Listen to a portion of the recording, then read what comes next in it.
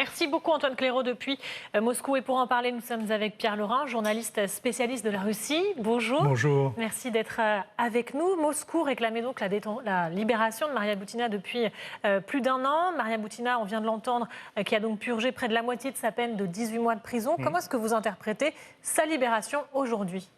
Elle a purgé sa peine parce que les autorités américaines ont pris en compte sa détention préventive avant le jugement.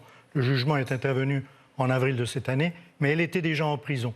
Donc là, elle a purgé sa peine avec les accommodements habituels de la justice. Quelques mois avant, elle n'a pas réellement purgé la totalité.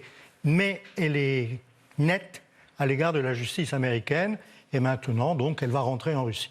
Alors, la justice américaine lui reprochait d'avoir tissé des liens avec la NRA qui lui aurait permis d'entrer en contact avec Donald Trump avant son élection ainsi qu'avec un des fils de Donald Trump. Elle a plaidé coupable. Est-ce qu'elle avait le choix ? C'est-à-dire qu'elle a plaidé coupable pour ceux dont on l'accusait réellement. On l'accusait d'avoir fait du lobbying pour une puissance étrangère, la Russie, mais sans l'avoir déclaré au département d'État comme elle en avait l'obligation. De ce point de vue-là, les choses étaient claires. Elle ne pouvait que plaider coupable, dans la mesure où tout ce qu'elle avait fait de faux, c'était de ne pas se déclarer parce qu'elle pensait qu'elle n'en avait pas besoin. Or, c'est la loi américaine.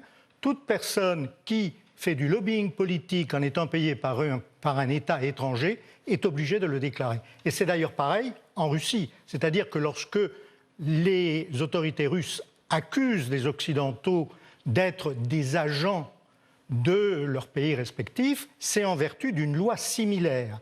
Bon, là, elle a plaidé coupable, elle a eu une peine allégée, mais c'est vraiment, excusez-moi, pour un agent important, comme on le présentait, c'était la preuve de l'immixtion de la Russie dans les affaires intérieures américaines. 18 mois de prison, excusez-moi, mais c'est quoi ? C'est quelqu'un qui renverse un piéton et qui le blesse très légèrement, qui a la même peine dans n'importe quel pays du monde. C'est ridicule. Oui, parce qu'aucun lien n'a été trouvé entre Maria Butina et les services de renseignement russes. Pourtant, la justice américaine a donc estimé que Maria Butina faisait partie d'un complot visant à infiltrer et à perturber le système politique américain, notamment lors de l'élection de 2016 qui a donc vu la victoire de Donald Trump. Washington a évoqué un espionnage light.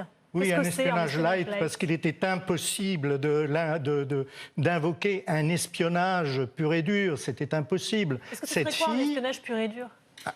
L'espionnage, c'est aller chercher les secrets militaires de l'étranger ou les secrets industriels. Ça, c'est autre chose. Et généralement, c'est des peines de 10, 15, 20 ans de prison. Et généralement, si les espions sont libérés, c'est dans le cadre d'échanges, comme on en faisait jadis dans le pont à Berlin-Est, vous savez, au petit matin. Non, c'est pas ça du tout. Maria Butina était une lobbyiste en Russie pour la détention d'armes. Dans ce sens-là, depuis très longtemps, dans ce sens-là, elle a établi des liens avec la NRA et elle s'est installée aux États-Unis où elle poursuivait d'ailleurs des études. Elle a eu un master dans une université. Enfin bon, jusque-là, rien d'anormal. Mais simplement, ces liens avec la NRA faisaient qu'elle rencontrait des parlementaires, républicains notamment, et qu'elle avait également la possibilité d'accéder à Trump avant son élection. C'est-à-dire que si maintenant on reproche aux candidats des élections aux États-Unis ou ailleurs de rencontrer des ressortissants étrangers, on ne va pas s'en sortir. Évoquer un espionnage light, est-ce que ce n'est pas finalement un aveu d'absence de preuves effectives ? Est-ce que du coup, la décision américaine n'était-elle pas plus politique que judiciaire ? Oui, il y a une absence de preuves d'espionnage. La seule chose, je le répète, c'était « elle ne s'est pas enregistrée ». Point.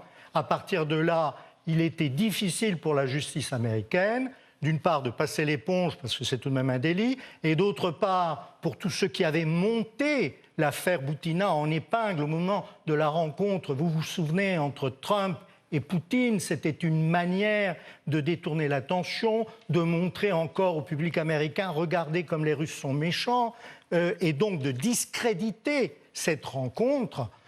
tout ça, ça s'est effondré. Donc d'ailleurs, les Américains n'en parlent plus réellement, à part sous l'appellation espionnage light. Donc il faudra qu'ils donnent un jour la définition. Merci beaucoup Pierre Laurin. Je rappelle que vous êtes journaliste spécialiste de la Russie. Merci à vous.